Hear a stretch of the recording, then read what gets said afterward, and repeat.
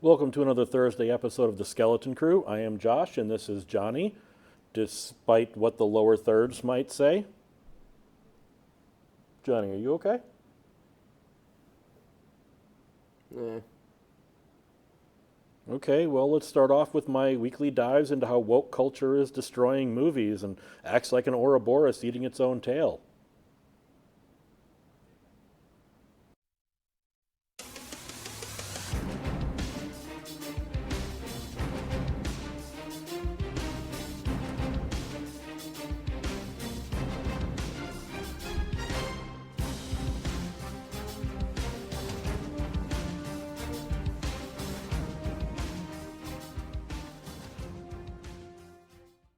So more of this woke nonsense. You know, they have this saying called get woke, go broke. And that's the problem that we're seeing. Every movie that's coming out now is woke. We got to have this, we got to have minorities, we got to have diversity, we got to have women's, we got to have gays, we got to have this. And that's all fine for all the social media and all the Twitter nonsense and all that. Never translates to box office, does it? Every time one of these important movies comes out, or an important TV show, like The Woman King, which completely rewrites history to give a positive message, it never does well at the box office. Get woke, go broke. That's the whole message of this. I mean, political correctness has run amok. It's complete nonsense at this point. I mean, you literally can't call anybody anything. Like, I'm surprised we're able to call women women. I'm surprised we don't have to call them Gyno-Americans or something like that at this point. I mean, you can't even call midgets midgets anymore. I mean, I had somebody, in a video I made years ago, I used the term midget, and they said, we don't like being called midgets. We like being called little people. You know what? No, I'm 5'5". I'm a little people. You're a midget. At least we don't have to put up with Batgirl.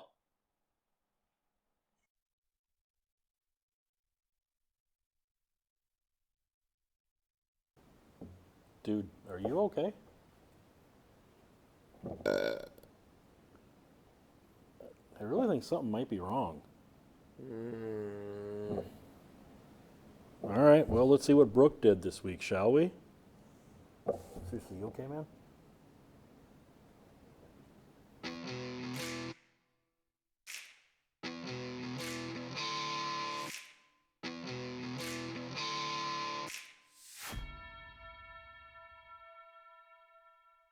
Hi, my name is Brooke DeBlay.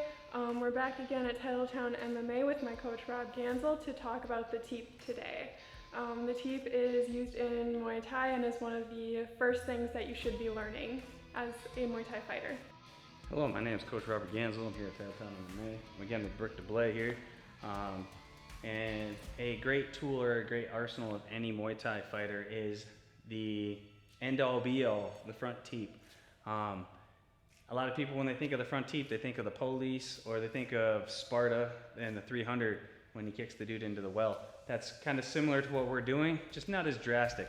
The front teep is kind of like a pesky little jab, and when you get efficient at it, it can be a very, very deadly tool. It's used offensively and defensively, and to be honest with you, it's probably my favorite tool in my arsenal. Short, stocky legs, heavy impact. Hi, my name is Coach Robert Gansel. I'm here at Titletown MMA. I'm here with Brooke again. We're working on the front teep. Basically one of the best tools to have in your arsenal. Matter of fact, I'm actually going to switch this around so you can see my posture. This is something that's used frequently as a defensive tactic. Can also be used as an offensive tactic. It really is a preference thing. I use it for both, and it's extremely effective. What the front teep is a very balanced technique. You have to have extremely good balance in order to do this, and you have to be willing to accept the fact that your leg could get caught and you could be swept or don't. If you're not willing to accept those facts, this is not the tool for you. So a typical teep is I got this nice stance right here. I'm moving. I'm kind of like almost marching in place sometimes. A lot of Thais you'll see they'll bounce their front leg Some people are really good at coming from a very standstill. I prefer the marching technique. So I'd be here, I'm rocking. What I'm doing is I'm bringing my knee to my chest like this. I'm flexing my toes back, and then I'm gonna drive into her solar plexus, or her sternum, if you will. You can hit people in the gut, the quad, the hip, and the face. I'm more of a solar plexus guy, okay? So here we are. I bring my knee right to my chest, and then I punch out, and then I set my foot right back down. I'm in my fight stance. I never want to overextend with this, because if I overextend with this and I miss, and I go like that, I am now in a horrible position, and Brooke just punched me in the face. All right, so what I'm looking for is a good solid poke at a good distance, and I'm just gonna stab Brooke here a couple times at about 40%. And it's jarring, so 40% a lot of times does the trick, right? See, 40% didn't take a lot, and she goes for a little ride, right? Oy, oy, oy. And I don't even need to have the best of form to do this because I'm so well balanced. Now, Brooke could also catch my leg as I teep, bam, and I get stuck here, and she could do a lot of things. This is where the balance portion of it comes into play, right? Having good solid balance, being comfortable playing this game, and trying to stay on my feet, hoping that she lets go. All right, so a lot of times I can use this as a step back technique. I'll have Brooke stay here. What I do is I don't technically take a giant step back. What I'm doing is I'm in my fight stance. I will rock onto my back leg, getting myself nice and flat, keeping my foot in the ground, and as she steps into me, I stop her. And I pull my foot back just as quick as I put it out. I don't leave my foot out there for her to grab, all right? So here we are again, she steps in, bam, and I just stab her. And you can see from the video, her head jars. If you ain't got that belly pad on, that gets exhausting. So here she comes again, bam, whoop, and that's the offensive part. I can jump into her and use my teeth. It's a great way to keep somebody up.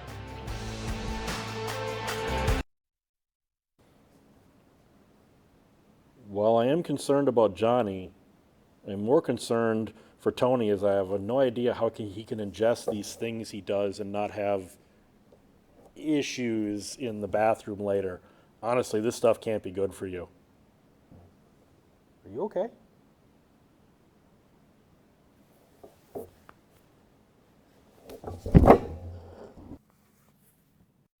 Welcome to Worldly Foods.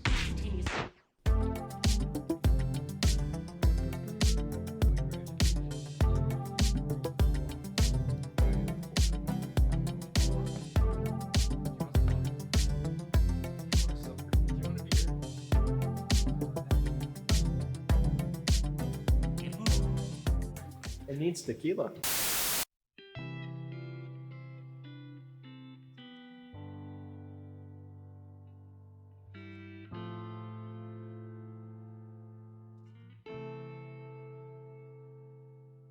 You like the fish? You put the fish in the pancake batter. Ugh.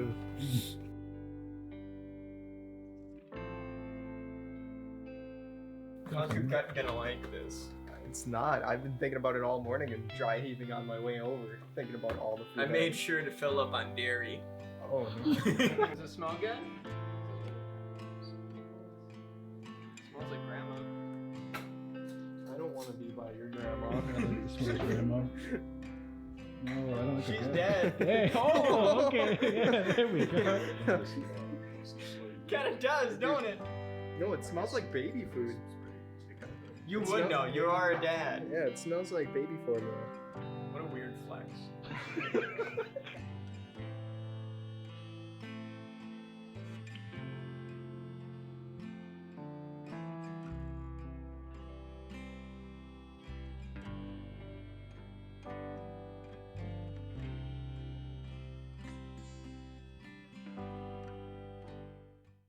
Chris here again, and this time we have the palm pancake, and it's kind of what it sounds like.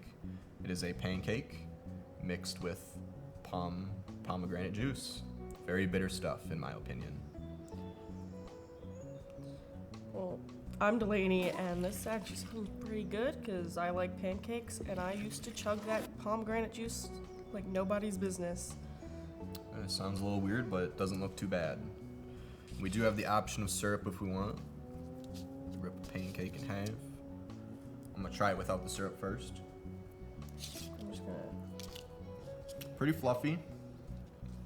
my first thoughts. You do kind of, you don't really taste the palm too much, but you get the little bitterness from it. Overall, not bad. I wouldn't say it was as good as the WTA, but I'd give it like a 5 out of 10. We'll add a little syrup to it though.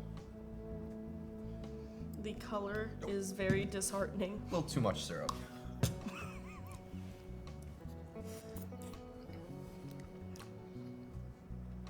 I would eat this again. I'm a fan. It wasn't too bad. A little too much syrup though. There's like a bite of tartness at the last second. Definitely. I definitely tasted that. Honestly, like put like a couple like dried cranberry chunks into it. Wouldn't be too bad. It's a nice alternative of like a box pancake mix. But you didn't want to add water, you wanted to add some little flavor water or pomegranate juice. The syrup is definitely runny. I'm gonna learn from your mistake. No, I'm not.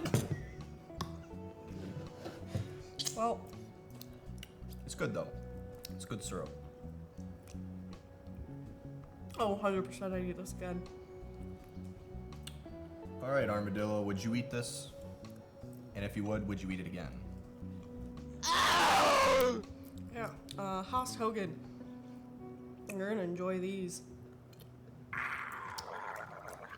Hello, I'm Anthony Anderson, and I am joined here today with... I'm Jameson. Today we're going to have some palm cake, like the other two have had before us. Just going to dig right in here. It's a little crispy. It has definitely got some crisp to it. But, you know, gotta do what you gotta do. So we're going to take our first bite without any syrup. What does that color look like to you? Like a couch cushion, maybe. Ooh. I'm a big fan of eating couch cushions. They're very delicious. There's various flavors for it. So, you know, this could be a good mock-up of that. You know, I when I was a kid, I would eat couch cushions and markers. I'm jealous. I didn't eat markers, but that's I don't remember my childhood. probably because of the markers. Probably because of the Sharpies. Yeah. Anyways, Yeah. Think and sink.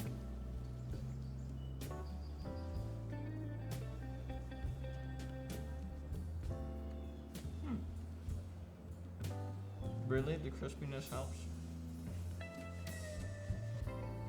it's not an overwhelming flavor for sure. It's just enough to like really sell it. That is a good pancake, I think, subjectively.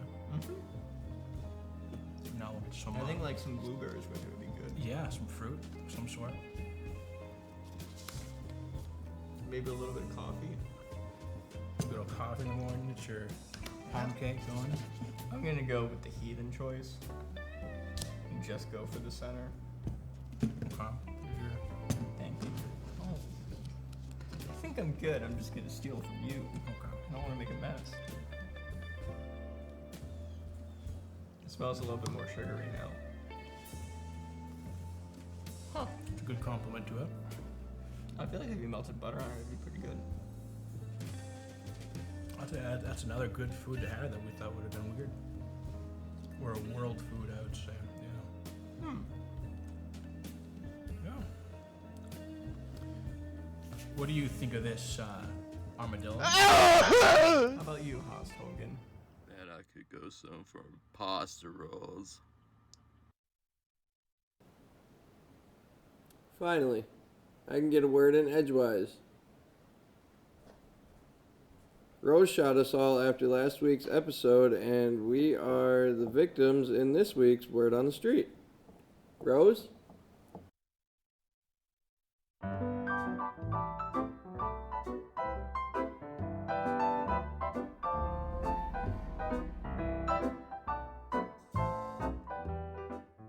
What do you think of this class? Um, Oh boy, I have no idea. I think it's probably the most challenging initially, but it's also the most rewarding creatively. it's got a lot of characters. It's a bunch of misfits and no good nicks, and I'm proud to be amongst you all. I want you to rate your classmates on a scale of 1 to 10. Is this rating based off of them as a person or their work? them as a person. Josh. He's got a lot of experience. I'd probably say around an 8. Normally I'd give him maybe an 8 rating, but his videos have definitely put him at more of a 2 rating. Maybe in the negatives. -10. What do you think of Johnny? Johnny's a cool guy. Johnny's actually a friend, and I think he's got a lot of creativity, in all honesty. 1 to 10. 1 to 10? -4. Give him a 9. Probably a 9 or so. He's been super chill about everything. Tony. Solid 7, that guy. Tony's a good guy. He's got some good creativity. Probably a 10 because he just does it. He does his work and then disappears. Brooke. Do an 8 again, yeah. Solid 8. I'm going to go with a 6.5. Brooke is good. Brooke is fun, and she's very dedicated, but she likes to get beat up a little bit too much. There's something wrong with that. And me. I feel like this is a dangerous question. You can give me a bad rating, I don't care. You're probably the highest caliber of us. I don't know why, but the rest of us are all misfits and malcontents. What do you mean the highest caliber? Probably the one that's actually going to do something with their lives. Oh, yeah, I'd say you're one of the creative ones as well, with your show for sure. So I'd say 10. That's going to be a 12. An 8 as well, because I don't really see you a whole lot, and, you know, you're only here for half the classes. Because I'm a slacker. Oh, yeah, totally. She just doesn't do nothing. You're just a weirdo. You're probably the weirdest of us all, and that's, you suppress all of that, and it's going to all come out one day, and we're going to be like watching the news and going, we were in class with Rose. She was so quiet. You know how, like, whenever there's a serial killer, they always say, they were so quiet. So you think I'm going to be a serial killer? Maybe Captain Crunch, Frosted Flakes. I mean, maybe that kind. If there's one thing you want the world to know about you, what is it? I'm amazing. Just simply amazing. Care to elaborate? Just, I'm an open-minded person. I'd like everybody to know that I'm creative and willing to do what needs to be done. The shadow people are trying to kill me. I know too much about the shadow people. We need to stop the shadow people. I don't really like the world knowing much about me. I like my mystique. I'm a little odd, but it's okay. At least my mom says so. But yeah, other than that, I'm amazing. Scully, what do you think of this class?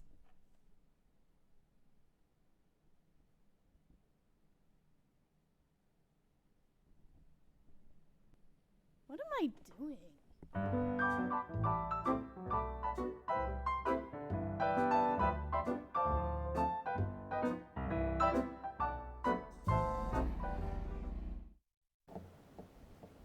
I love that all it took to shut him up was a hard smack to the back of the head. Although, with him out of commission, I have to intro my own Bag of Bones segment. And with everything going on, that is worrying.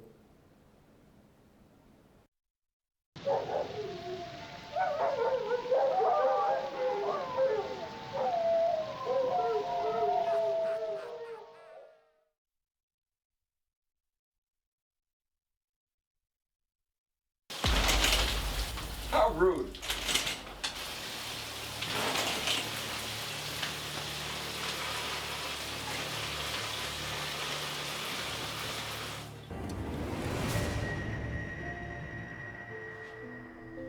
There's nobody there, Johnny. I swear, he was just there. I'm gonna recommend that you get some rest. I'm gonna be scheduling you a psych eval and faxing you over some medications to help you sleep. He's here.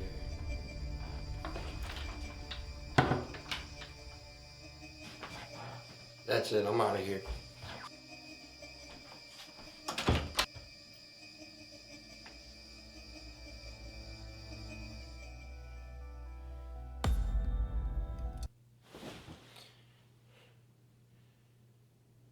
Maybe the doc was right.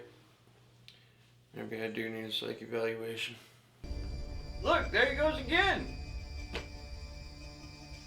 Alright, so Johnny, because you handed me this bag of bones, I'm gonna prescribe you some medication.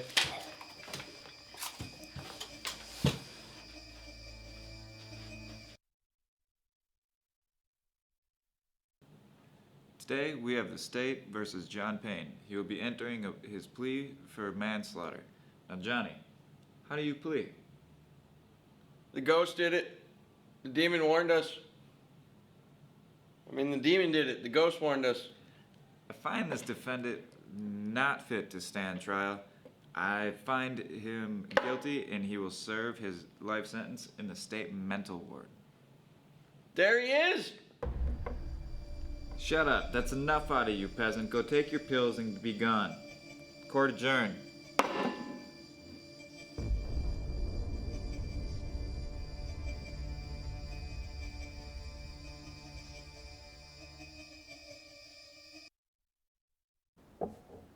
What happened?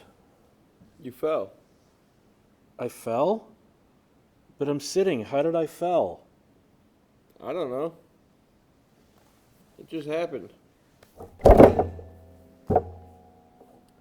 See you later, skin bags. Mr. Lex, Mr. Lex, Mr. Lex, Mr. Lex, Mr. Lex, Mr. Lex, Mr. Lex, Mr. Lex, Mr. Lex, Mr. Lex, Mr. Lex, Mr. Lex, Mr. Lex, Mr. Lex, Mr. Lex, Mr. Lex.